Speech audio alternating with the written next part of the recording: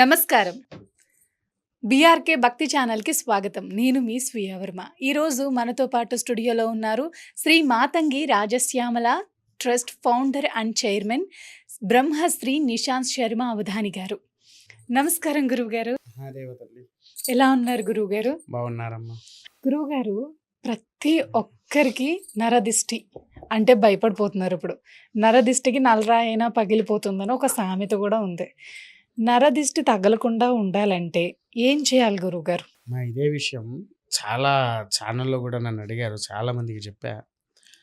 చాలామంది ఏం చేస్తారంటే ఈ దిష్టి తాకిన వారికి, దిష్టిగా ఉండేవారికి ఏంటి అని అంటే కనుదిష్టి యంత్రం అని కొన్ని పెడతారు, అవును కొన్ని గురువుగారు. కనుదిష్టి గణపతి యంత్రం అని ఇంకొకటి పెడతారు, ఇంకొంతమంది గుమ్మడికాయలను కడతారు, ఇంకొంతమంది ఎర్రగుడ్డలో పట్టికను వేసేసి కడతారు, ఇంకొంతమంది కలమందను కడతారు, నిమ్మకాయలు, ఎండుమిర్చి కూడా కడతారు. నిమ్మకాయలు, ఎండుమిర్చి అవి కూడా కట్టేస్తూ ఉంటారు. ఇంకా షాపులలో అట్లా గ్లాసుల్లో నీళ్లు పోసి దాంట్లో నిమ్మకాయ వేసి కూడా ఉంచుతారు. అవును గురువుగారు, నేను చూసాను చాలా షాపులలో. చాలా షాప్స్లో, ఎందుకంటే దిష్టి దోషం పోతుంది అలా అని చెప్పేసి అని ఉంటారు. చాలామందికి తెలవని అసలైన నిజం ఏంటంటే తల్లి, అన్నిటికంటే ఎంతో అత్యంత శక్తివంతమైనది ఇది. కాకపోతే ఏంటి అంటే తంత్ర విద్యలో మాత్రమే ఉంటుంది, దీని గురించి మనకి ఏ గ్రంథాల్లో కూడా ఉండదు. పూర్వమైన తంత్ర గ్రంథాల్లో వీటి గురించి విశ్లేషణతో సహా ఉంది. ఏమని అనంటే నరఘోష దిష్టి శత్రు సంహారనాథయుక్తంలో ఉండేటువంటి వారు నీటి ఏనుగు నాడ అని దొరుకుతుంది తల్లి. నాడ అంటే గురువుగారు? నీకు అసలు నీటి ఏనుగు అంటే ఐడియా ఉందారా? లేదు గురువుగారు, ఏనుగు తెలుసు, నీటి ఏనుగు తెలియదు. మీకు ఇంగ్లీష్లో చెప్తే అర్థమవుతుంది అనుకుంటా. దాని పేరు హిపోపొటమస్. విన్నాను. విన్నావా, చూసావా? చూసాను, విన్నాను. ఎలా ఉంటుంది అది? కొంచెం బలంగా ఉంటుంది గురువుగారు. మూతి ఇంత మూతి పెద్దగా పెద్దగా ఉంటుంది. ఉండి అవునా? చాలా బలంగా ఉంటుంది, బలంగా ఉంటుంది, పెద్దగా ఉంటుంది. పెద్ద ఏకంగా ఇక్కడ నుంచి చాలా పెద్దగా ఉంటుంది. నేను జూలో చూసాను అది. అండ్ చాలా ఛానల్స్ లో కూడా చూపిస్తా ఉంటారు కదా, అలా కూడా కదా? చూసాను. నీటి ఏనుగుని చూసాను. అవునా? అయితే ఈ నీటి ఏనుగుకి ప్రతి అమావాస్యకు దాని కాలంలో నుంచి ఒక నాడ అనేటువంటిది బయటపడుతూ ఉంటుంది. ఉమ్. ఆ నాడ ఎప్పుడైతే బయటపడుతుందో, బయటపడ్డాక అది వచ్చేసేసి దొంగచాటుగా తీసుకుంటారు. అది ఉహు. తడిదనంతో ఉన్నప్పుడు, ఎందుకనంటే అవి ముట్టుకొనివ్వదు. హిపోపోటమస్ అది ముట్టుకొనివ్వదు, ఉమ్.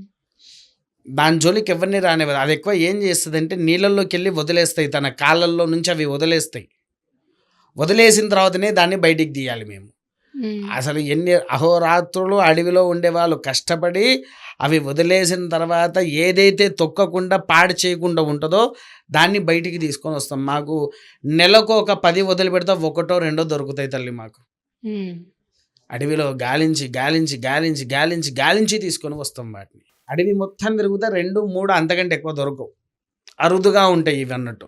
ఉమ్. అందుకోసమే వీటి గురించి ఎవ్వరు తెచ్చుకోవడం కూడా చాలా కష్టమనే ఒకే ఒక్క ఉద్దేశంతో మాత్రమే ఈ యొక్క నీటి ఏనుగు నాడ అనేటువంటిది అరుదుగా మనకు దొరికేది.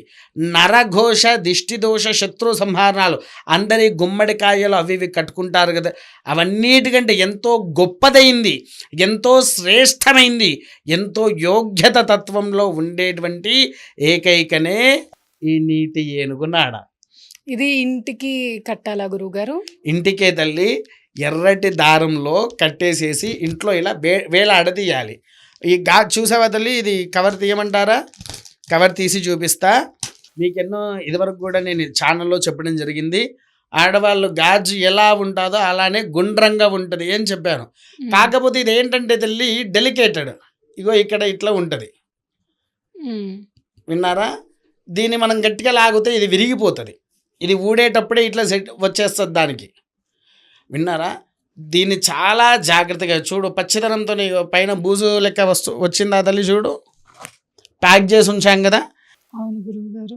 అవునా? నీళ్ళలో తీసిన అది నీళ్ళలో నాచు ఉంది, నాచు ఉందా? అలా ఉంటుంది తల్లి.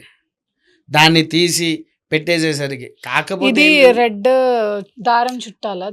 ఎర్ర దారము మామూలుగా ఇట్లా కట్టేసేసి గుమ్మం దగ్గర మనం గుమ్మడికాయలు కడతామే అక్కడ కట్టినట్టుగా వేలాడదీయాలి. దీన్ని ఎప్పుడైతే నువ్వు వేలాడదీస్తావో అప్పుడు దీని యొక్క ప్రభావం వలన నీ ఇంటిల్ని మొత్తం సోకి ఇంటి మీద ఎటువంటి నరఘోష అనేటువంటిది పడనీయకుండా ఇల్లుని సంరక్షించేదే ఈ నీటి ఏనుగున్నాడా. ఇంకేం చేయాలి గురువుగారు? ఇదొక్కటి ఆచరిస్తే సరిపోతుంది తల్లి. ఇది ఒకవేళ ఎవరికైనా కావాలనుకుంటే కింద మనం నెంబర్ వేస్తాం కదా తల్లి, ఆ నెంబర్కి ఫోన్ చేసి ఆర్డర్ పెట్టుకునేటి వారికి ఇంటికే కొరియర్ ద్వారా పంపిస్తాము. కొరియర్ ద్వారా పంపించేటప్పుడు ఏంటంటే ఒకవేళ దూరపు ప్రాంతం వాళ్ళైతే దూరపు ప్రాంతం వారికి ట్రావెల్ ఛార్జెస్తో సహా, అంటే మనం పోస్ట్ చేసి కొరియర్ యొక్క కాస్ట్ పడుతుంది కదా, ఆ కాస్ట్ ఇది కలిపి తీసుకుంటాము తల్లి. ధన్యవాదాలు గురువుగారు. చక్కటి పరిహారాలు, చక్కటి పరిష్కారం కూడా చూపించారు. ప్రతి ఒక్కరూ బాధపడేది మాకు దిష్టి తగిలేస్తుంది ఇంటికి అనేసి అనుకుంటారు. ప్రతి ఒక్కరికి ఒక మంచి సలహా, సూచనలు తెలియజేసినందుకు నమస్కారం గురువుగారు.